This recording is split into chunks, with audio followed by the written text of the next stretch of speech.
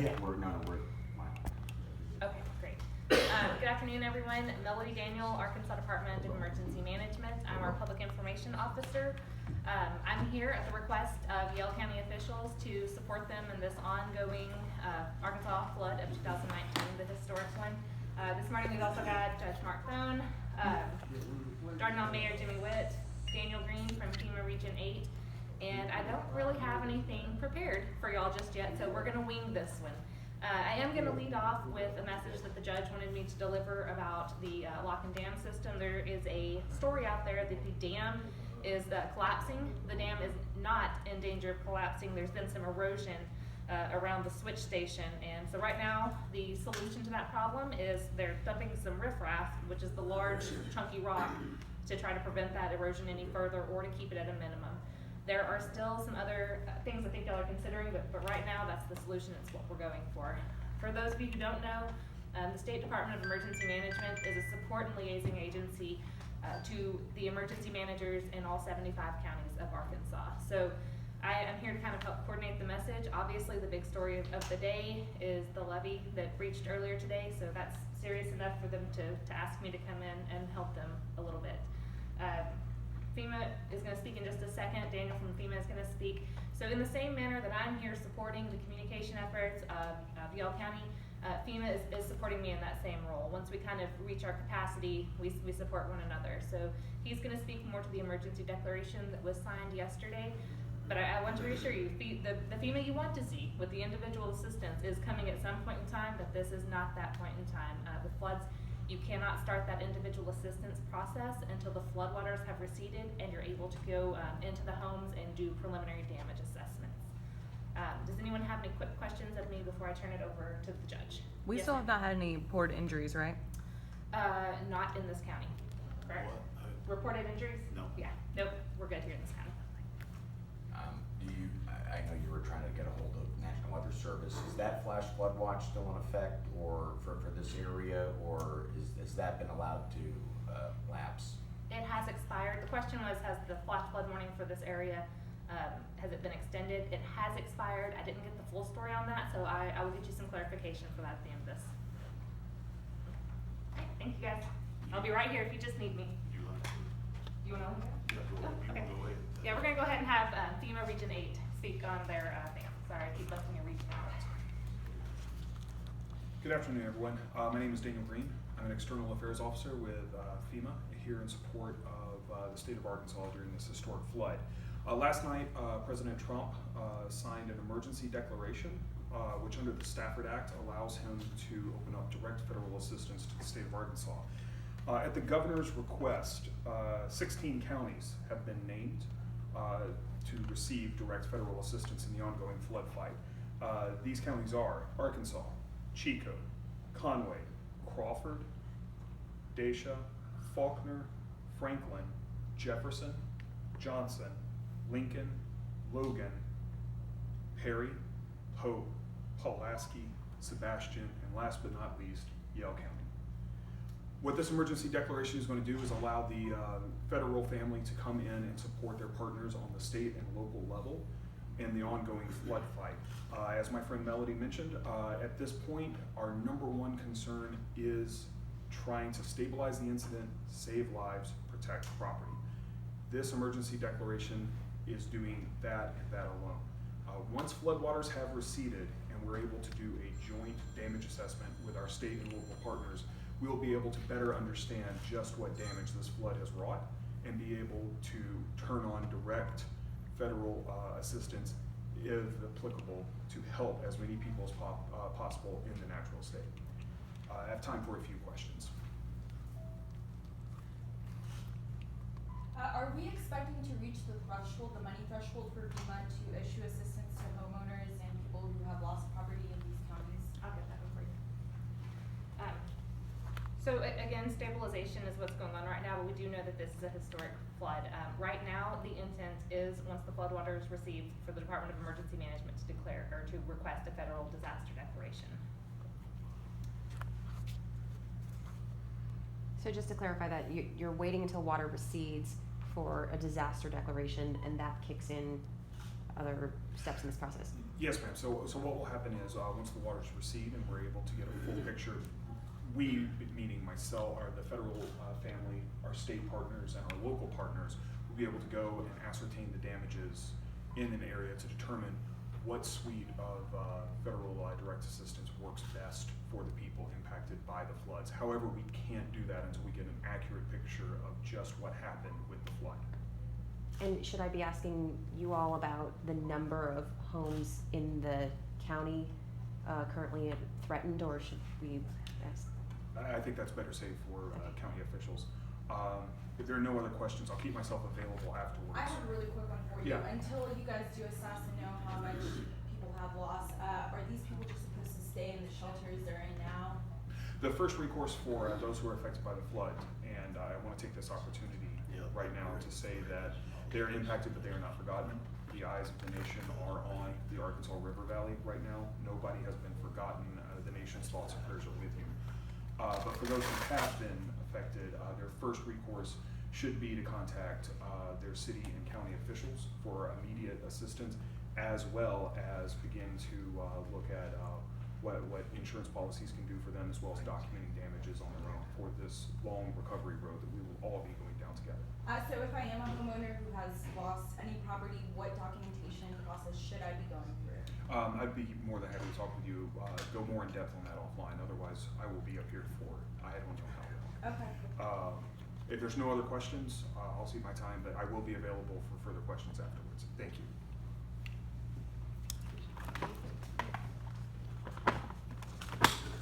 Okay, quick rundown. The breach levee now, the gap in the levee is approximately 250 feet wide.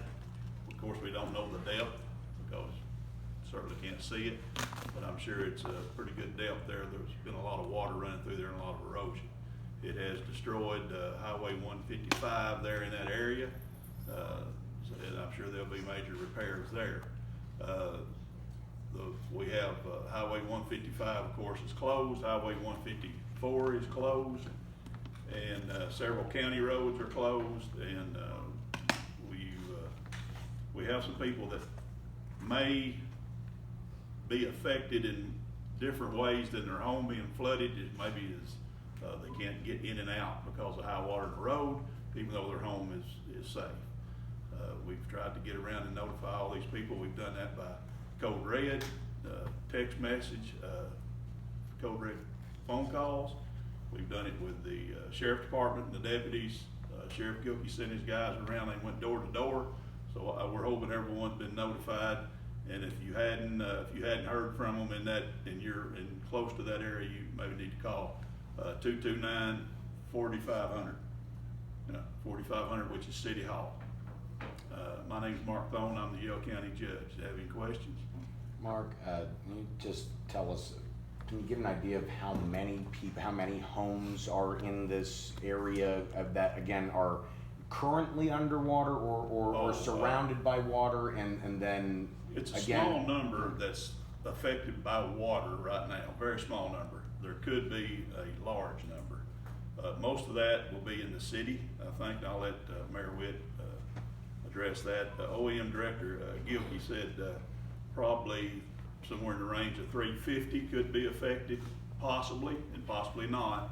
But out in the county, we don't have near that many affected because most of the water now is in the flood areas where people don't build.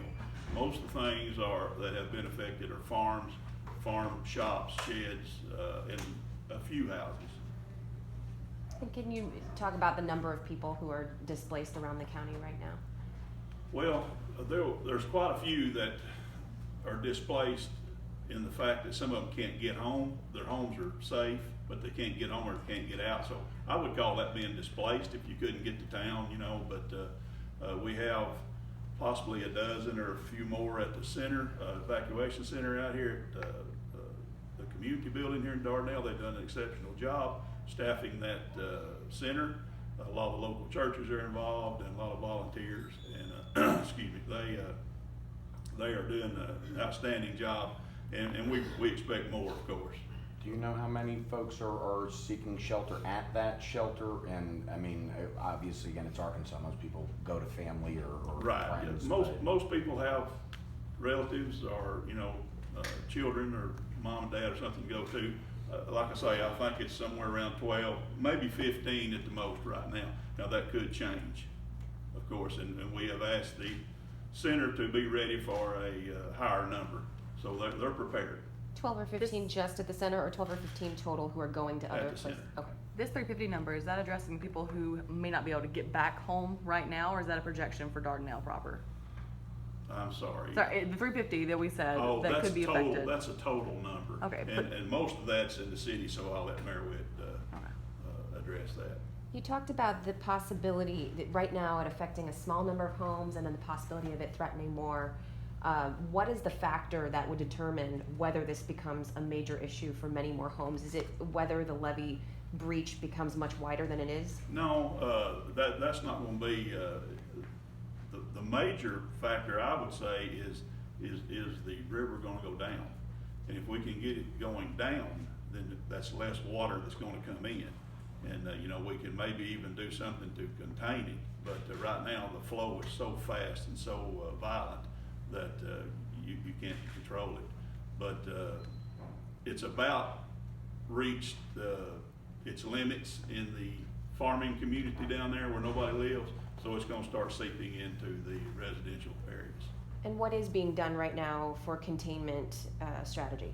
I'll let Mayor Witt address that. The cities and the county crews are working, but they're doing most of this stuff in the city limits, so I'll let him address that. And is the county responsible for maintaining this particular section of levee?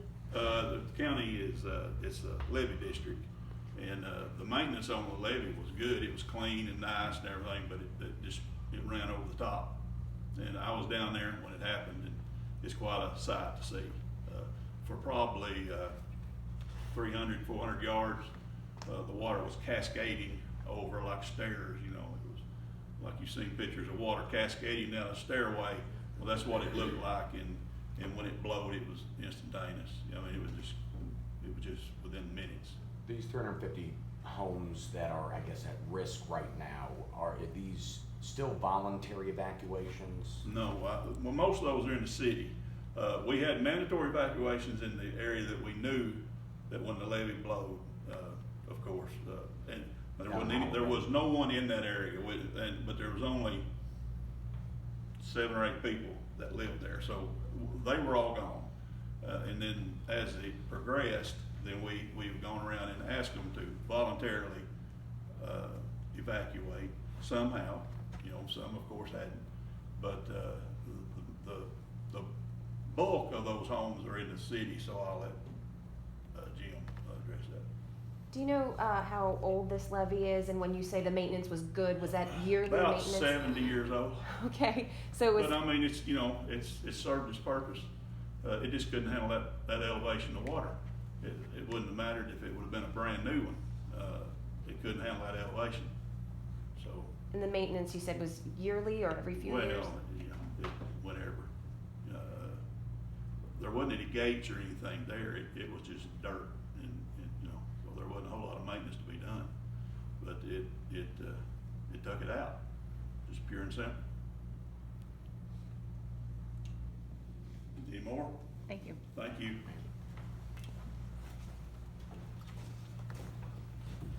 Good afternoon. I'm Jimmy Witt, Mayor of Dardanelle. We have been having plans and preparations for this for 8 or 9 days now. And specifically, we have been preparing for what we have called the backdoor possibilities, which is what's happening right now for approximately 5 days.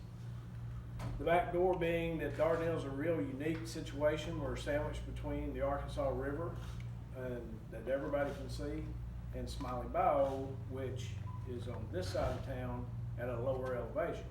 Smiley Bayou normally drains into the Arkansas River, and there is a small set of lock and gates down there that have been shut so that the Arkansas can't back up that bayou. Well, our fear has been that one of these levees would breach and pour off and fill up the bayou and then start backing up towards Dardanelle. During this, the duration of this flood, we have had tremendous success of the banks of the river staying where it needs to, the water staying in the banks of the river where it needs to be, and with very minimal damage. Well, now we have this section of water that's coming towards us without fail. And I just got back from looking at it whenever I got here, and it's approximately a half mile from town. And it's rising on a rapid pace. There's no way of knowing how high it's gonna get. There's no gauge on that. There's no model for that. The Coast Guard, the Weather Center, nobody can factor this in. So we're dealing with unknown situation that nobody can do anything about. Throughout this entire disaster and all the disasters I've been on in my life, this has been the worst one because it's unprecedented. There's no history. With disasters, you always have the opportunity to go back and look at what happened before and what was done to help mitigate for that. You can't do that with this disaster. There's just nothing there, and it's not just us, but it's every state agency that we're talking to. There's no answer for it. So we've done exactly the basics. We've prepared, we've planned, we've got the word out to everybody, we've kept them up to date, we communicate with them all the time, we tell them the truth, and let them know here's the real possibilities of what might happen. And everybody, fortunately, has paid attention, they've listened, and everybody's done a good job of getting ready. And now we'll be getting ready to go that next step if it comes.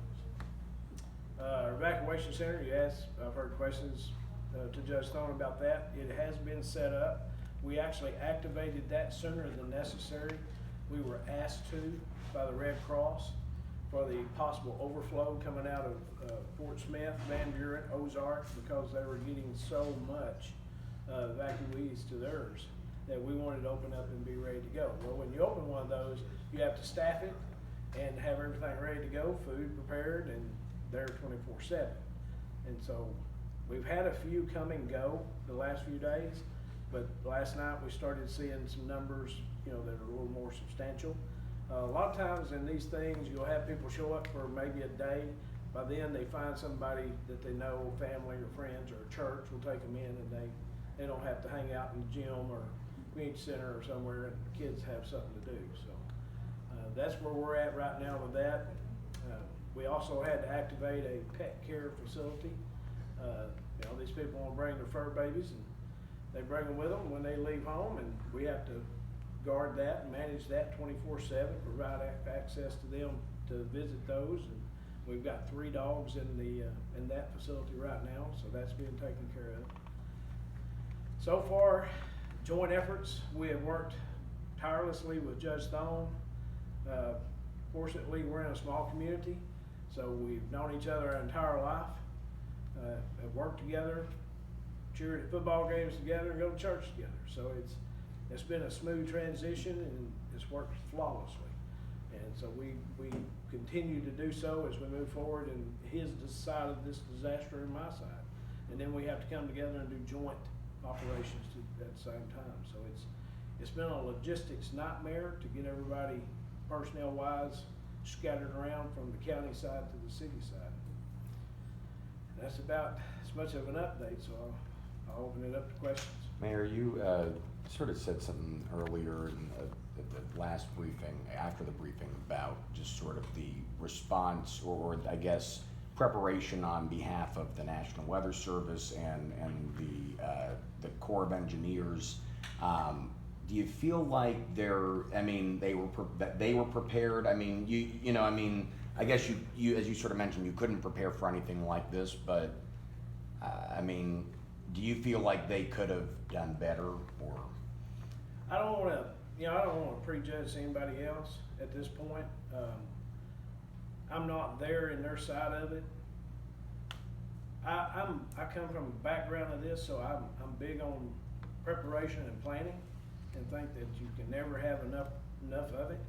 And so, hopefully, the goal with every disaster is to learn from it, and you want to mitigate your problems as you move forward. So Hopefully, we're all gonna learn from that, we're all gonna come to the table, we're gonna sit down, we're gonna decide how can we do this better next time, instead of just being reactive to it this time, and start being proactive. Speaking of reacting to this event, I know you're also working with National Guard, Army Corps of Engineers. There was talk about large sandbags, but maybe not using those. Can you talk about strategy right now? We are, as Judge Stone, he could answer this just as well. We isolated the area along the back of the bayou coming up. There's a couple bridges that comes through, and one bridge is really low, I guess you could say. There's not a lot of height between the water level and the bridge. And if it comes up that bayou, then it's gonna have access into the entire southern area of the city.